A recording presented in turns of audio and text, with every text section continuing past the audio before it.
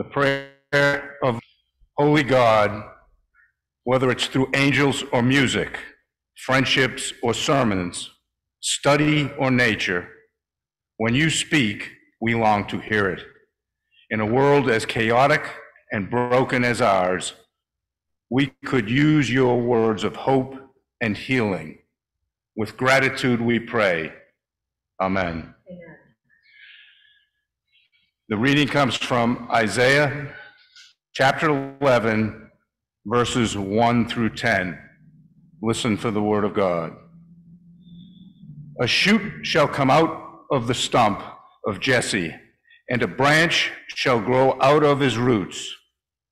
The Spirit of the Lord shall rest on him, the Spirit of wisdom and understanding, the Spirit of counsel and might, the Spirit of knowledge and the fear of the Lord. His delight shall be the fear of the Lord. He shall not judge by what his eyes see, or decide by what his ears hear. But with righteousness he shall judge the poor, and decide with equity for the meek of the earth. He shall strike the earth with the rod of his mouth, and with the breath of his lips he shall kill the wicked. Righteousness shall be the belt around his waist, and faithfulness the belt around his loins. The wolf shall live with the lamb, the leopard shall lie down with the kid, the calf and the lion and the fatling together, and a little child shall lead them. The cow and the bear shall graze. Their young shall lie down together, and the lion shall eat straw like an ox. The nursing child shall play over the hole of the asp, and the weaned child shall put his hand on the adder's den. They will not hurt or destroy on all my holy mountain, for the earth will be full of the knowledge of the Lord as the waters cover the sea. And on that day, the root of Jesse shall stand as a signal of the peoples. The nations shall inquire of him, and his dwelling shall be glorious. This is the word of the Lord. Thanks be to God.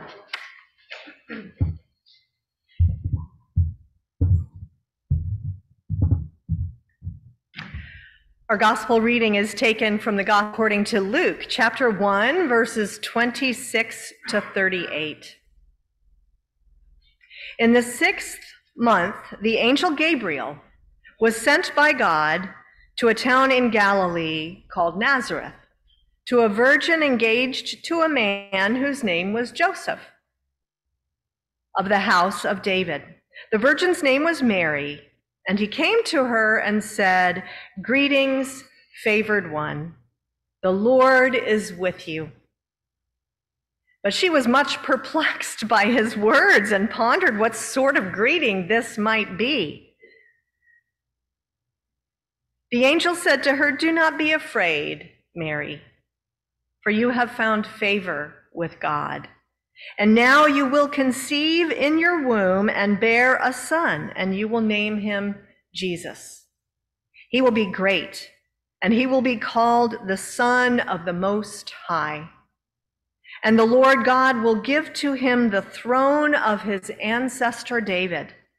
He will reign over the house of Jacob forever, and of his kingdom there will be no end." Mary said to the angel, "How can this be, since I am a virgin?" The angel said to her, "The Holy Spirit will come upon you, and the power of the Most High will overshadow you. Therefore, the child to be born will be holy. He will be called the Son of God. And now, your relative Elizabeth, in her old age, has also conceived a son, and this is the 6th month for her who was said to be barren. For nothing will be impossible with God." Then Mary said, "Here am I, the servant of the Lord. Let it be with me according to your word." Then the angel departed from her. The word of the Lord. Thanks be to God.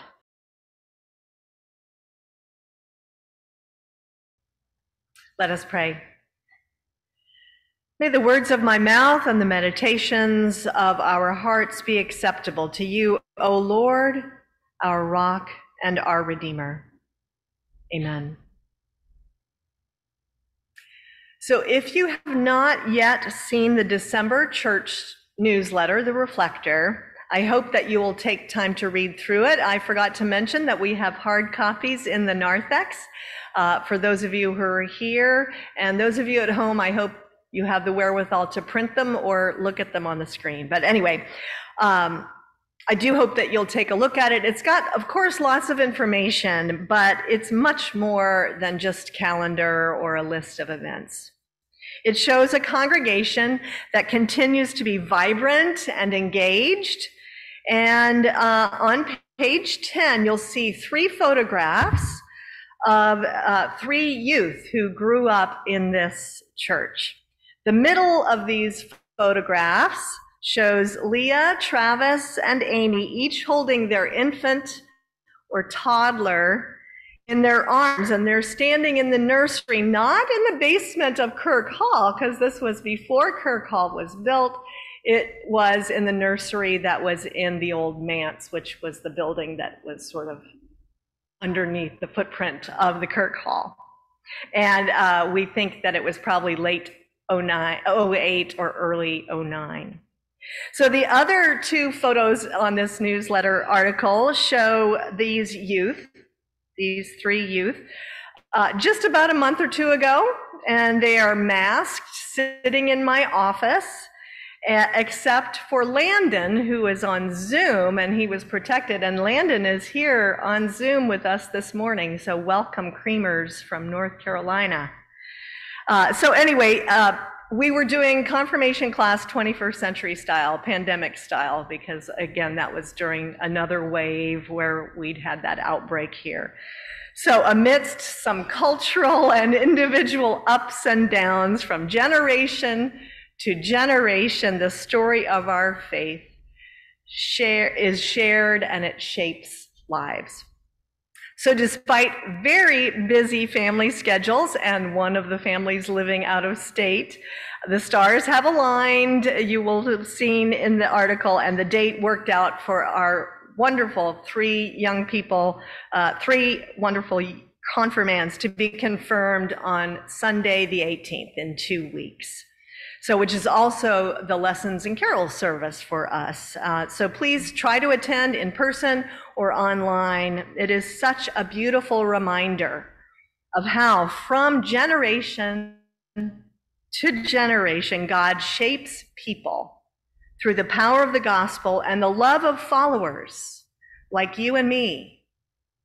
The gospel story will continue in the lives of Sophie, Stephen, and Landon. It will be a joy to see that unfold, just as it is continuing to unfold for each of us, no matter what our age is. If you were confirmed in a Presbyterian church or even in a different tradition, when you saw these pictures, or if you haven't yet, when you see those pictures, I hope it reminds you of your own confirmation experience, the teachers and the mentors who helped you explore the Bible, perhaps a more mature look at the Bible. Who is God? Who am I? All these kind of questions that as young people, but they continue, they develop in us with each passing day. Now, many psychologists would probably say that our experiences right now that we have often ring bells, or they echo, or they reverberate with our experiences in the past, especially going way, way back, depending upon the school of psychology, to our infancy and childhood. But sometimes those echoes are from more recently. In my pastor letter in the December Reflector, I'm really promoting the Reflector this Sunday morning. In that article, I wrote this: "It is perhaps God's providence that the theme of Consecration Sunday, which was mid-November, celebrating God's grace-filled past, present, and future, And a major theme that emerged from the visioning event in August, storytelling. These two themes are coming together this Advent, Christmastide, and Epiphany with our theme from generation to generation. Another of those providential threads that didn't occur to me when I wrote the newsletter article goes back to the theme of family vacation Bible school. And that was 5 months ago. I got at my calendar and counted the months. It's easy to remember, perhaps, like me, Pat Valentine standing up and holding up her hand for the 5 words, "Fear not, trust in God." That was also the title of my sermon on July 17th.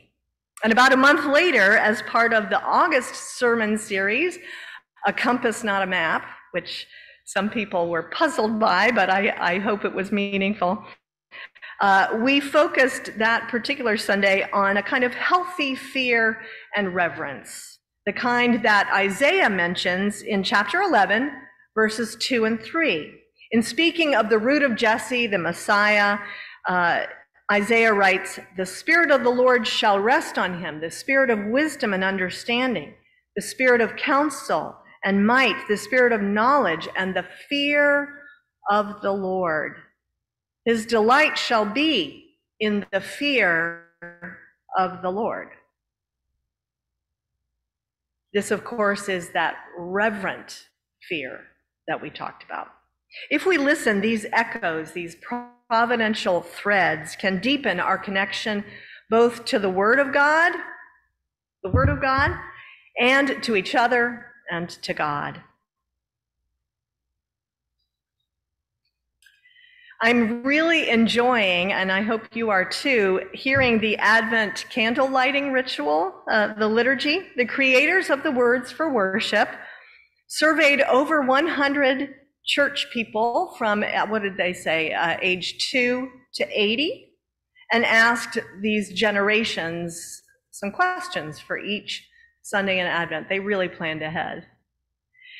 Heard from Lynn and Steve. This week, the question they explored is, what are you afraid of?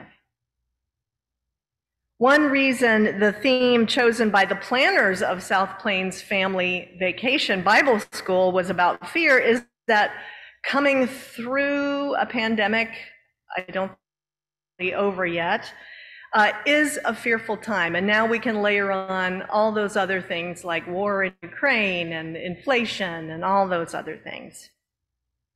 I read that in the year 2020, the most read Bible verse was, "Do not be afraid." Researchers found this by looking at the most searched for keywords or or Bible verses in online Bible apps. So that's how they were able to tell that in 2020 that was the top search. So we see in the Bible that fear does happen to people. They are afraid, and so God needs to tell them in whatever way, do not be afraid. But God also meets them in their fear. The gospel lesson this morning may be very familiar, the Annunciation, classic works of art, all kinds of ways we refer to the Annunciation. An unmarried teenager named Mary is visited by a messenger from God named Gabriel. And it's really more of an announcement than it is a request. That's why they call it the Annunciation. And Mary is both perplexed and afraid. So then come those oft-searched words and very common words in the Bible, do not be afraid. Even though the gospel does not tell us that Gabriel said, "Hey, Mary, is all of this okay with you that I've just told you about?" Perplexed and afraid though she may be, Mary does indeed say yes to all that the messenger has shared with her. "Here I am," she says. "I am the servant of the Lord. Let it be with me according to your word." God is with her in this perplexed and fearful moment, and she still says yes. The angel reassures her that nothing will be impossible for God by speaking about Mary's older relative, Elizabeth, who would later give birth to John the Baptist. Elizabeth, in her old age, is pregnant with her first child. She was thought to be barren, as they like to say in the Bible. From generation to generation, the story continues. The passage from Isaiah so poetically speaks of the root of Jesse, the Messiah who will be in the line of David. In the midst of trying times, the prophet Isaiah reminds the people that God will keep working from generation to generation to fulfill the covenant. And this will even be true in nature. We have all those beautiful sentences about the lion and the lamb and the cow and the snake's den. Let's not test that yet. So from generation to generation, God will keep working the redemptive purpose. And as I mentioned earlier, in this case, a little dose of fear as reverence is an admirable quality. So since I worshiped from home last Sunday, fighting what I think turned out to be a 48-hour bug, I hope and I'm feeling a lot better. I did have plenty of time to spend with our friends on Zoom who worship that way for fellowship time. And last week's gospel lesson, you may remember, was that long genealogy from Matthew's gospel, 46 names. And you may remember that during the time with all ages, I invited us all to spend some time in fellowship time talking with each other about stories from our own lives or our ancestors or people we knew about how God had shown up. So during Zoom fellowship, some people shared about older relatives that they knew while they were still alive, and they even some people talked about ancestors from 100 years ago or several hundred years ago where they had done research and learned about them.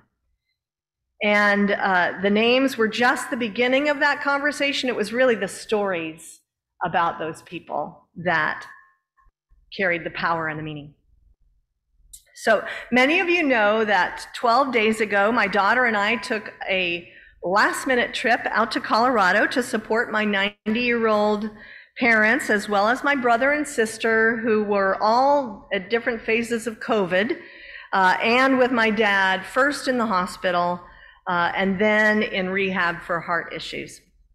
So 3 days ago, my sister and brother were helped by movers who moved a subset of my parents' furniture and belongings to a new assisted living facility where we hope that will be a better fit for them.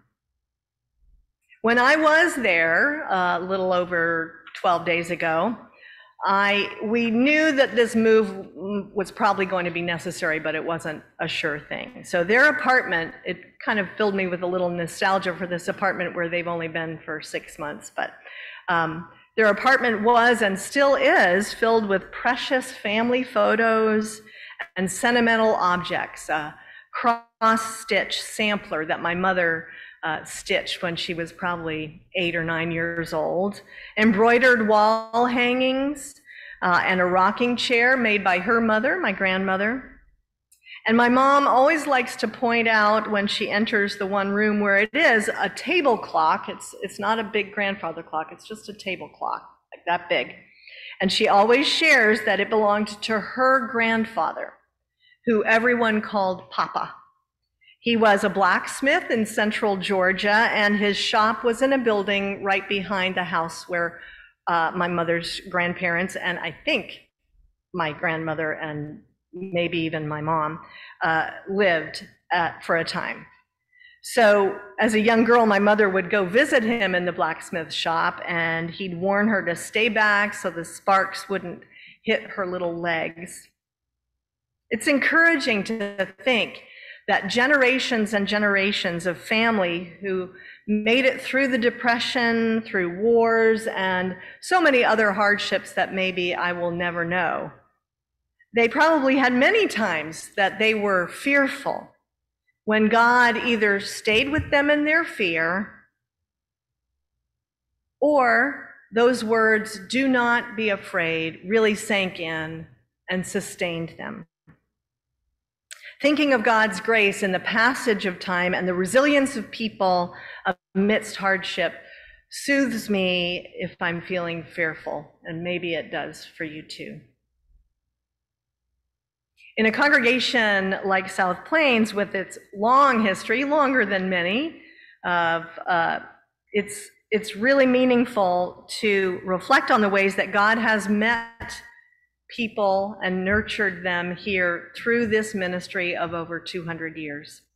Now, many of you who have been connected to the congregation for a long time know many South Plains saints that you knew while they were living, some of whom are still sitting in the pews or worshiping online. Marion Thompson's history brings to life some of the generations even before the ones that we know. Pat Valentine found another wonderful generation-to-generation thread when she read the copyright information of all things in the bulletin last Sunday, and it is the same information for the whole season of Advent and